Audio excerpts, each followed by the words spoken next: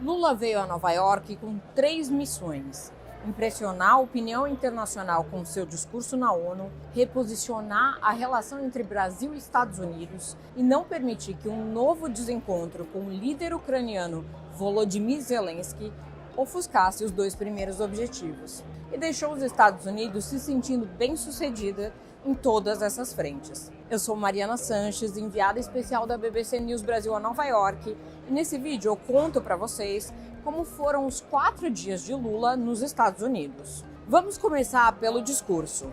Tradicionalmente, cabe ao presidente brasileiro abrir a Assembleia Geral da Organização das Nações Unidas, e Lula voltaria a ocupar o púlpito no qual se apresentou pela primeira vez há 20 anos. Dessa vez, no entanto, ele pretendia reapresentar as credenciais do Brasil ao mundo, depois do que qualifica como um período de 4 anos de isolamento internacional do país. Em sua fala, que durou cerca de 21 minutos, Lula defendeu que o combate à desigualdade deve ser o objetivo síntese da agenda global.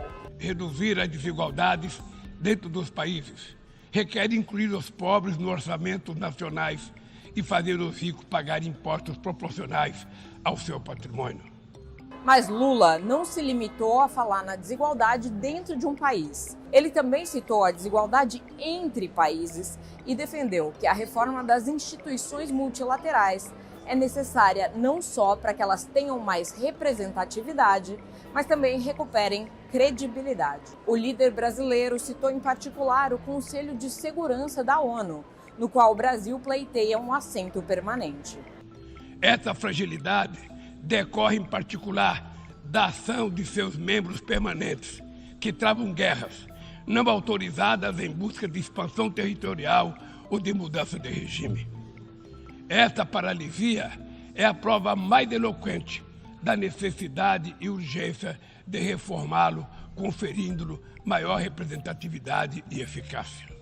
Lula foi aplaudido de pé na plenária ao dizer que o Brasil estava de volta ao tabuleiro mundial. E a plateia também reagiu assim quando ele citou a queda nos índices de desmatamento na Amazônia, que bateram recordes na gestão do antecessor, Jair Bolsonaro. Apesar do entusiasmo da plateia estrangeira, o fato de o brasileiro não ter anunciado nenhuma nova meta mais ambiciosa para a preservação da Amazônia frustrou os ambientalistas, que enxergam o bioma cada vez mais próximo ao ponto de não retorno, no qual o ecossistema começa a colapsar até desaparecer. Lula reafirmou o compromisso do Brasil com o combate às mudanças climáticas e voltou a cobrar os países ricos a financiarem o esforço verde das nações em desenvolvimento. O presidente brasileiro também tratou da guerra na Ucrânia em seu discurso, mas só após mencionar uma série de outros conflitos em andamento pelo mundo, como a crise humanitária no Haiti e o conflito no Iêmen.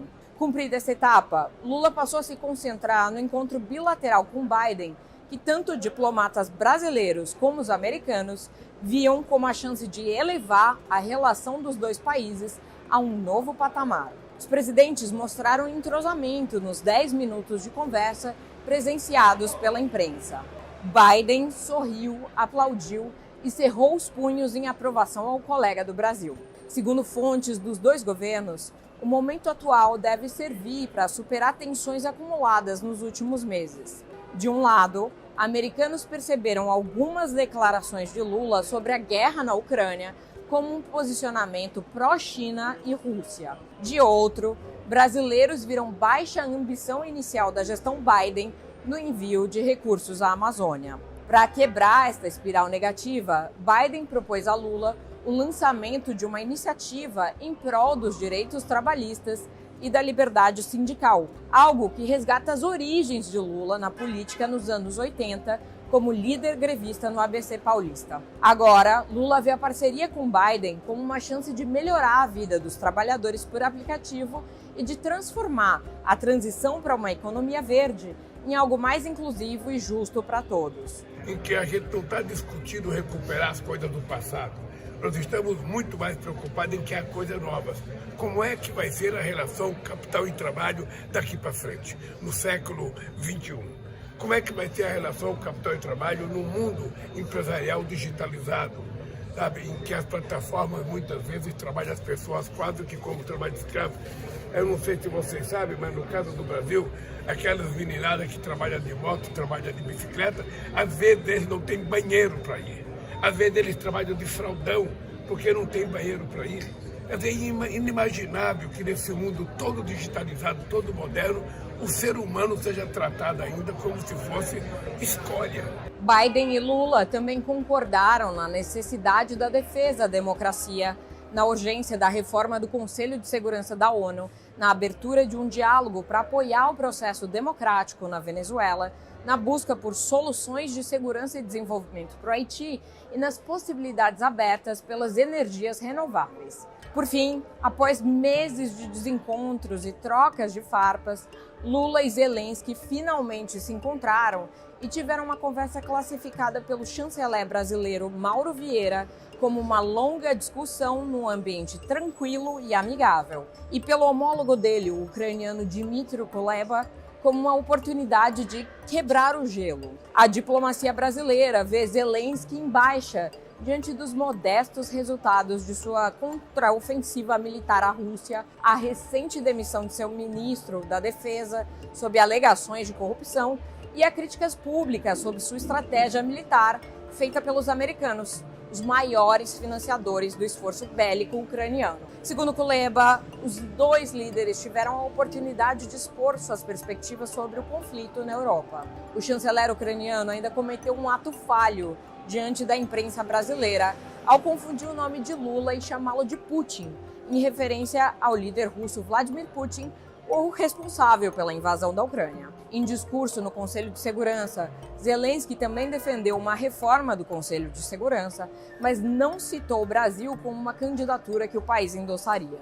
O governo brasileiro tentou diminuir a importância da agenda com Zelensky diante do temor de que algum novo contratempo pudesse trazer prejuízos a Lula e ofuscar seus objetivos na viagem, o que não aconteceu. Na saída para o aeroporto de Nova York, de onde embarcaria de volta ao Brasil, Lula disse que a reunião com Zelensky foi uma conversa que devia e precisava acontecer. Voltou a endossar a ideia de um clube da paz e disse que ninguém ganha 100% uma guerra. Olha, eu acho que foi a reunião que devia acontecer e precisava acontecer. Eu ouvi a história do Zelensky, eu disse ao Zelensky a necessidade da gente trabalhar para construir a paz. Disse para ele a necessidade de encontrar um grupo de países amigos que pudesse construir uma proposta que não fosse nem de um nem de outro, dos dois que estão em guerra, e de que a negociação numa mesa, sabe, de diálogo é muito mais barata do que uma guerra. Não tem vítima, não tem morte e não tem tiro. Disse ao presidente Zelensky que era importante construir a possibilidade de construir uma mesa de negociação, parar com a guerra e ver se a gente consegue encontrar a solução. Com esta viagem, Lula considera que completou o trabalho de colocar o Brasil em todos os mais importantes fóruns multilaterais. Ele já representou o país na ONU, no G7, no G20, no G77, na CELAC e nos BRICS. No retorno ao Brasil, em poucos dias, ele deve se submeter a uma cirurgia de quadril que interromperá por algum tempo as excursões internacionais. É isso, pessoal. Eu fico por aqui. Até a próxima. Tchau!